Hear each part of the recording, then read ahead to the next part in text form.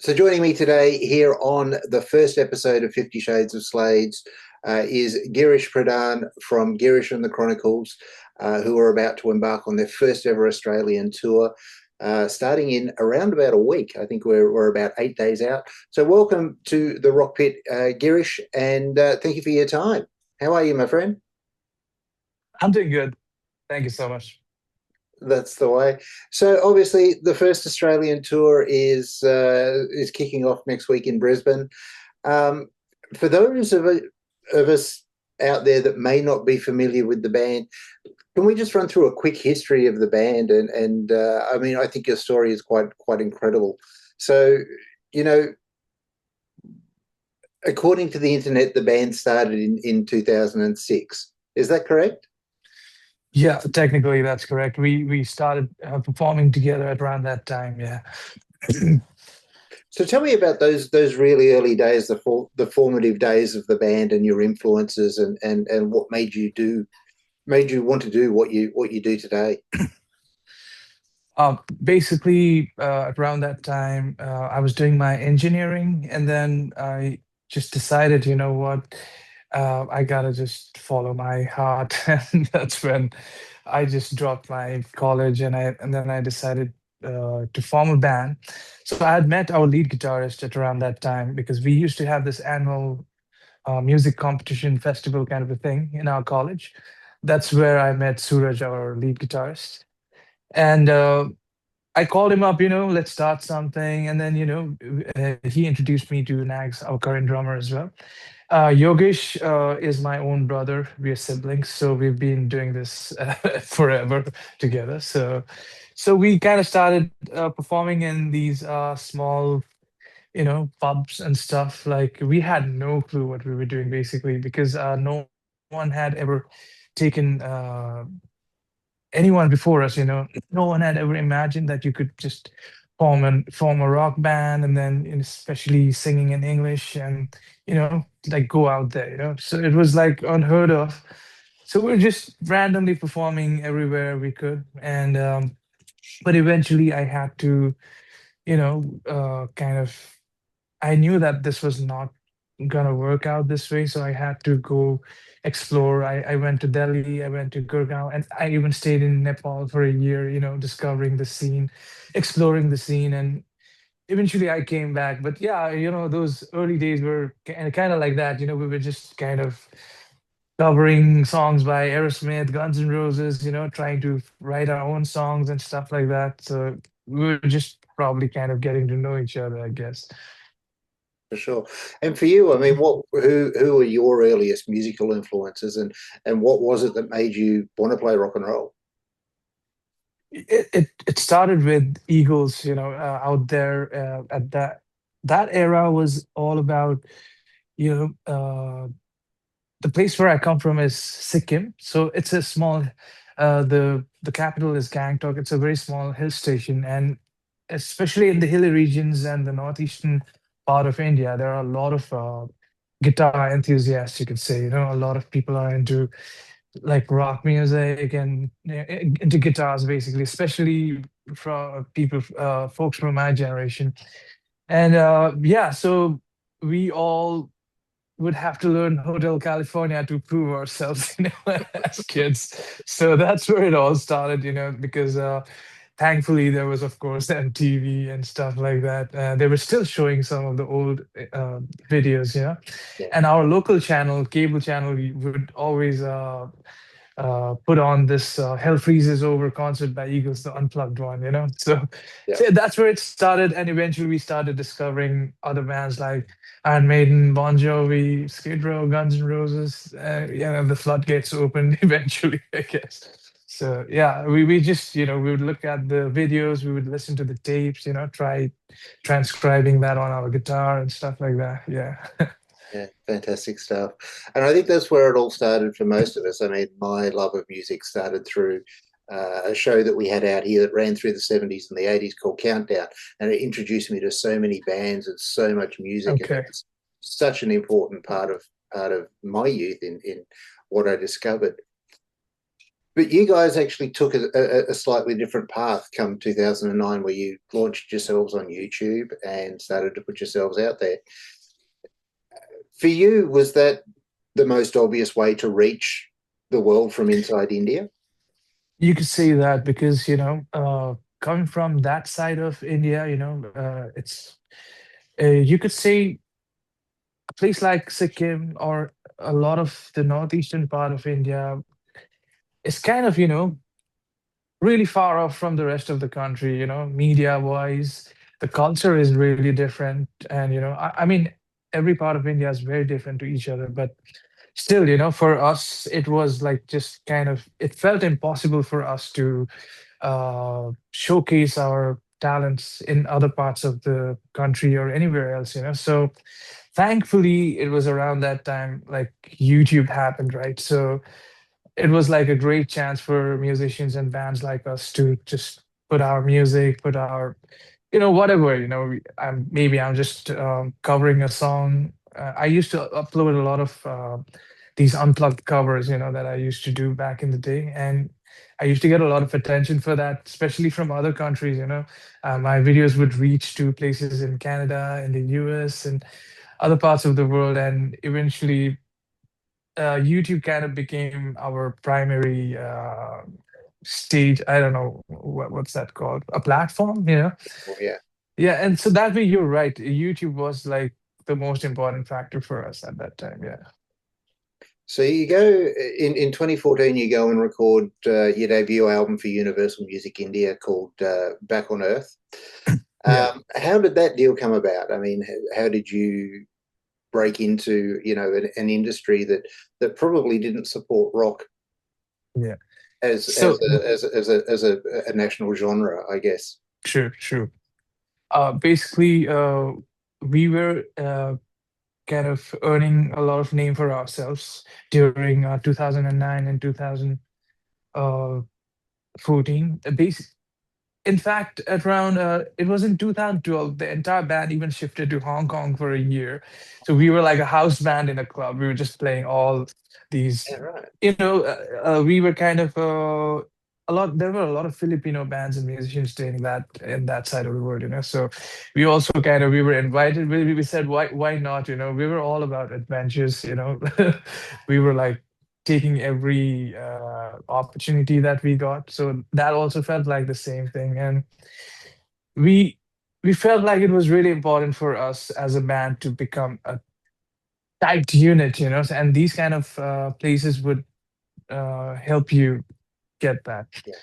Yeah, But yeah, we had already written those songs that we released with Back on Earth back in like 2010, 2011. We were writing these singles, compiling it into an album. But the sad part was, it was the era of free downloads. For us, there was no Spotify, there was no iTunes. I mean, we couldn't even think of buying an iPhone and stuff like that, And the only way to listen to music was probably a little bit of YouTube or, pirated, downloaded stuff. There was no other medium of listening to music. And we did not have any access to these CDs, cassettes, because that era was also over. People were making like these MP3 compilations with hundreds of songs in them. yeah, So we were like stuck, it just felt so pointless to release anything, even though we were doing good as a live band, So fast forward to 2013, we finally kind of met up Universal, and they said, "Yeah, why don't we give it a try?" And then it was a good thing because we could like announce it, like, okay, there's a rock band that's being signed by Universal Music India, and our album's gonna get released worldwide, this and that, and we still did not have Spotify at that time, yeah, although the other countries, I guess, some of them had it later on. But yeah, and we finally released those songs that we had already written. Actually, we re-recorded, worked on it, refined them and stuff, and finally released an album at that time. Yeah, but we had been releasing a couple of singles over the years since 2009. yeah. Fantastic stuff. Then, if we jump forward, we go to album number two, and we'll come back Yeah, to Back on Earth, and you'll know why we come back to that. But yeah, you released the second album, Rock the Highway. That came out in April 2020 via Yeah. Lions Pride Music, and in many ways was actually considered to be the band's debut, Yeah. as Yeah. Back Yeah. on Earth had been removed from the internet back in 2019. For you, was that a strange thing to do, to know that you've sort of been launched to the world with your second record? Because obviously Yeah. everything Yeah. has changed. We've gone into a streaming Yeah. era. Yeah. We've gone Yeah. Yeah. into, a lockdown era where people are just scouring for music and looking to discover things. Yeah. It's such a different time, and to think it's Yeah. Yeah. just such a short period of time. True. Because, for us, the whole thing had become like, you know what, we are not hoping. We had even we were not even considering earning any money out of releasing music or anything.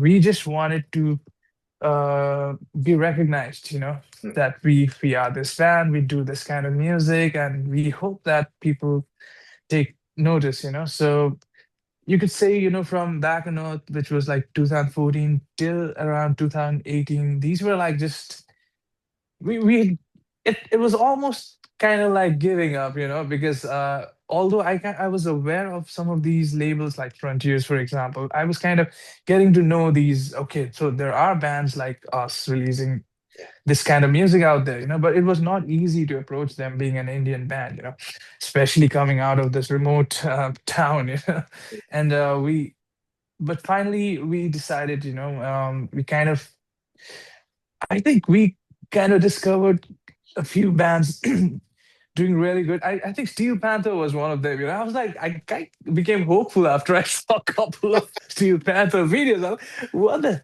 what the hell? This is like, is this really happening? yeah, And then we decided, you know what, guys, let's introduce a new single that's like a little different to the older stuff, but more like, towards the glam side of things, because we were not really much into that, but we were always related to that type of music, yeah, So we thought let's just dive in completely, So we released a single named Rock the Highway yes, with a video, just for the fans, because everyone was saying like, you guys haven't uploaded anything, not released anything for so many years. I mean, we did release a single or two yeah, in like 3-4 years, but this was like a revamp kind of thing, and then it kind of gained a lot of traction, and eventually it was picked up by this label named Lion Sprite. Like I said, they just wrote to us on Facebook, would you like to release it together in Europe, an album? We said yes, we have been looking forward to something like that actually, and we had been writing to Frontiers as well, but at that time i- they were not sure, because nothing like that had ever been done before, yeah, because even they don't know what kind of stuff we're going to give them, the quality, the videos, right? yeah, So eventually we recorded that album, we submitted it, and then luckily uh, it was 2019. Chris Adler, the former Megadeth Lamb God drummer, was in Bangalore. So he was looking for some, musicians to like collaborate with and tour in India for his clinic tour, And so I was singing with him like a couple of Megadeth songs, and we said, why don't we work together on a like a project or something? And he was telling me about this upcoming project of his, and if I'd like to sing on it. And I said, yeah, why not? I would love to do that.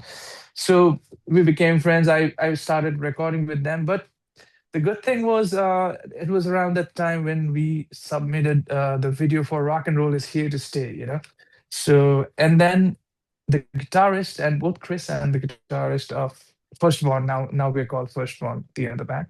yes, So they just submitted that video to Metal Sucks and all that, and suddenly like our video was there on Metal Sucks. And yeah, it reached a lot of people. We got like more than 1 million views, and that was like a big thing for us. A lot of people got to know about us through that uh, press release, actually. So yeah, that's when Frontiers wrote back to us finally saying that, okay, all right. we are like sold. Let's do this. So we started talking about the next album.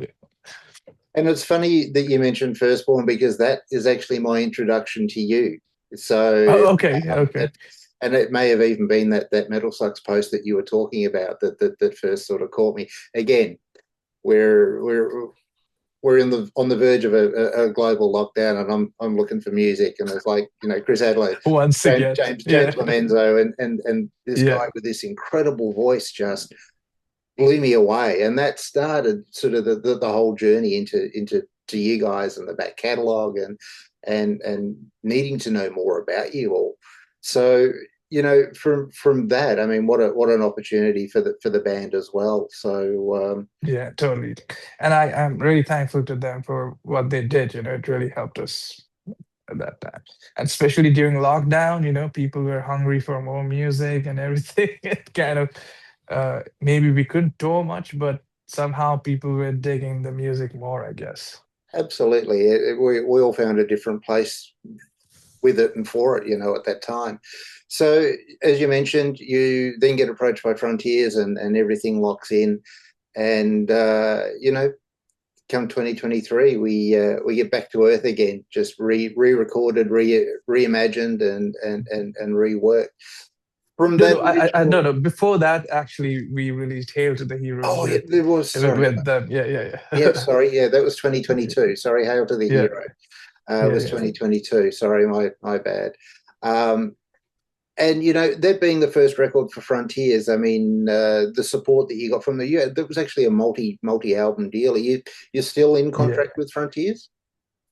Yeah, we are. So we were under contract for another, like, it was around about 4 albums, I think. Yeah.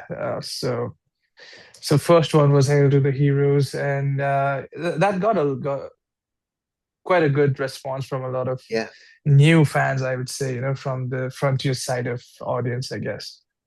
Yeah, absolutely. And I mean, again, the fact that there's a label out there still willing to take a chance on new talent. I'm from Melbourne. One of my favorite artists, Cassidy Paris, is a label mate of Oh yours as yeah, well. yeah, she is, right. Yeah, yeah, I So know. I mean, they do great things, and they're Mhm. a good label for that and for taking a True, chance true, on new talent. So true, true. so then we skip back to if we move forward to Back to Earth. So re-recorded, reimagined. Yeah, yeah. How different is that from the original? Because I'm still yet to hear the original version. You could say we recorded the guitars, drums and bass especially, because we wanted it to sound more like what we were doing now with, like, "Rock the Highway," for example, "Hail to the Heroes." We wanted it to be closer to that sound, So we just changed everything. We made it heavier, and we a couple of songs we kind of introduced new changes and parts. For example, "Right to Help." It has this entire progressive section in between, like, just for headbanging. That was absent in the original version of the album. And but we, in fact, I decided, I just don't want to, mess up the vocals. I just want, it was recorded at a time when we were a very different people. I was singing a little differently, and that must have meant something. So I Yeah, just decided, let's keep the vocals as it is. Just let's change the music a little bit. The mix, master, this and that. So yeah, so most of the vocals that you hear are the original takes from, like, back in oh wow. 2010, 12, 13. So yeah. Yeah, So that's fantastic. That's absolutely magical. Um, and again, not skipping over the catalogue and the body of work, but we've only got a limited time. But moving into last year, 2025, the band gets to appear on American television with America's oh Got yeah. Talent. How did that come about? And who approached who in all of that? It was quite crazy because I received a message on Instagram saying that, "Hey, would you guys like to be a part of America's Got Talent?" I was like, is this real? I didn't believe, because you never know, it could be a scam or Yeah, something. So I just replied after a couple of messages, because they were consistent, and I was like, okay, I would love to hear about it. eventually it led to a Zoom meeting, and then I was quite convinced by then. Okay, okay, these guys are for real. And in fact, when they started asking me for stuff like visas and all, I even reconfirmed with a couple of previous participants of the thing, because I thought I should do that, But everything was in order. It was confirmed that this is like real. They are like real producers and stuff. I was like, it felt like a good opportunity for us to like showcase our music, not music, but our style Yeah. about the band, stuff like that. And I asked the guys, yeah, I did not tell the guys about it actually. And I was like, okay, let me be sure about this. And then Yeah. finally I told them, hey, we are being called for AGT. Are you guys interested to do it? And everyone was like, yeah, why not? Let's go. Absolutely. Why wouldn't you? It's a Yeah. vacation, And the fact that Steel Panther was, uh, they participated 2 years before us, like Yeah. it was already a big influence on us. Like, okay, we can use these kind of opportunities. Now, when it comes to the two songs that you performed, it was only the two songs from memory that you performed. It was Unforgettable, Unstoppable by Sia, Yeah, yeah, and Set Fire to the Rain. yeah. I'm just curious to know, was that something that was prearranged by the show, or was that a decision that you guys had made to make an impact, to take something that was already embraced, Mhm. but indelibly stamped, Girish and the Chronicles all over it? Yeah, so the first auditions, we were like in discussion with the producers what we're gonna do, because the first thing we presented was our own originals, right? I was like, these are our songs. What can we do? And we were talking about Rock and Roll Is Here to Stay, to be the first song to go out there. But at the same time, everyone were kind of suggesting, see, this is your first time in a big American television show. Nobody knows you, and this is a good opportunity for you to tap to a new set of fans, a new generation of fans. A lot of people will get to know about your name if you do, if you can convert a pop song into like in your own style. And then I started digging, what would be a pop song, and I just told him, the only thing I would be comfortable, I guess, is like Adele, because she kind of falls right into not so pop, and it's obviously Yeah. not heavy music, but it's really kind of complex music, I could Yeah. say, it's because she's one of the greatest singers, and we just say, how about we do something like this? And then we made a demo and stuff, and then yeah, so but we were given the chance. See, if you guys really want to push us and say, like, we want to do our own song, we can't stop you. That's what they told us, Yeah. actually. Yeah. But we also took a call, okay, this is we are just introducing ourselves. Let's do this cover, and let people talk about it, so. But And I do feel like we should have done that in the second round, but it's okay though. Yeah, look, I mean, again, for all intensive purposes, it certainly did launch you guys everywhere. Not even not alone just in America, but everywhere on the internet. true. From that appearance, it just blew up everywhere. I was seeing it in every feed on my phone. It was like, my God, this is incredible. This is great for rock and roll, and great for modern rock and roll. The one question that No, I always have, and something that interests me, is that, are you glad that you didn't win? okay. Yeah, yeah. I mean, it's like heavy music, We were anyway not expecting. In fact, our goal was never to win or anything. We just wanted to go out there, have fun, and introduce ourselves. That was the whole. We were not even like sure we would get to the quarterfinals or whatever.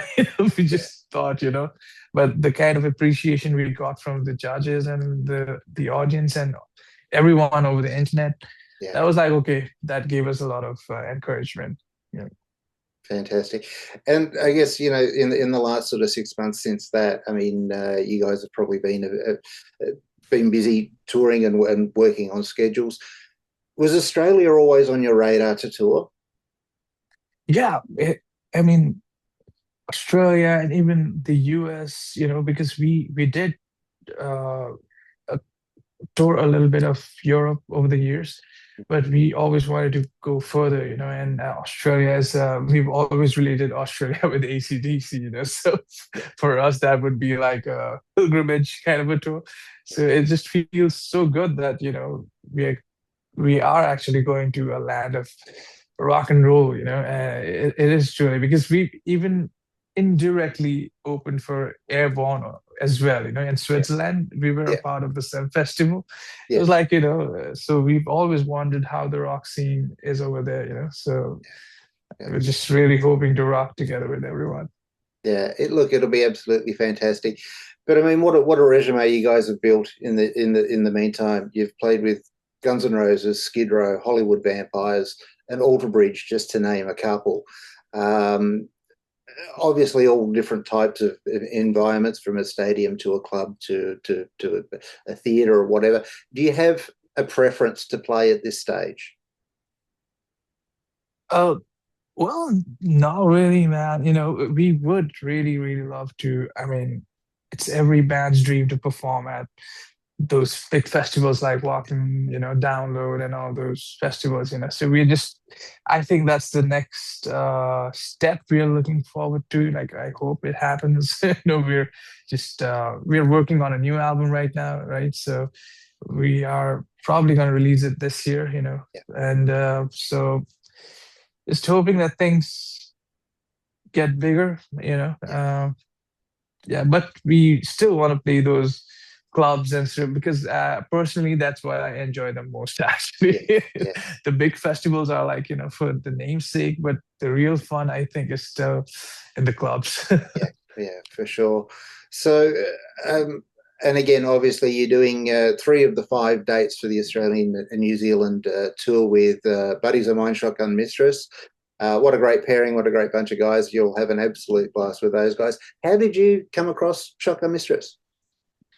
Actually, it was the promoters and, the management who it was between them, actually. Yeah, We didn't know anything about that, but as soon as we got to know and we started checking them out, it was like my first impression was like, okay, I think I've heard about these guys before, and then yeah, it was fun. It was fun listening to their music. Yeah, I think it's gonna be a lot of fun. Those guys are good. yeah, yeah. No, they're great. And just a quick recap on the set for fans that are coming along for the first time. Will we get everything from the beginning to now, and maybe even some new material in the set? Yeah, so it'll all be like GATC songs and from the albums. But we had been, jamming. I did a project with George Lynch named The End Machine. Mhm. So we had been kind of jamming a couple of songs from that album. We might or might not, bring that as well.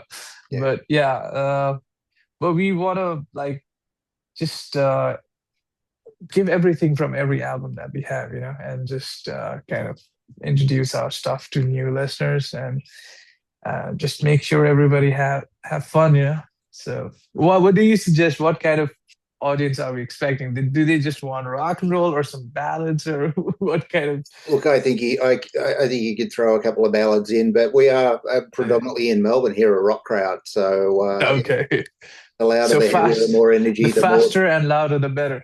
the more we'll give back. What we get, what we give back. So it's fantastic. Okay, And it's okay. funny that we've come to this point. I remember buying tickets the day they went on sale back in June of last year. Oh To this wow. show. Okay. So, and I've sort of almost freaked out on the couch next to my partner and got, they're coming. She's got, who? Girish is coming. It's like, we're going, and she's going, all right, just go and buy tickets. It's like, so cool. So it's an absolute honour to have you here. So the tour So kicks cool. off in Brisbane on March the 19th at the Crowbar. March the 20th, you're here in Melbourne at Max Watts. March 21, you're at Crowbar, Sydney.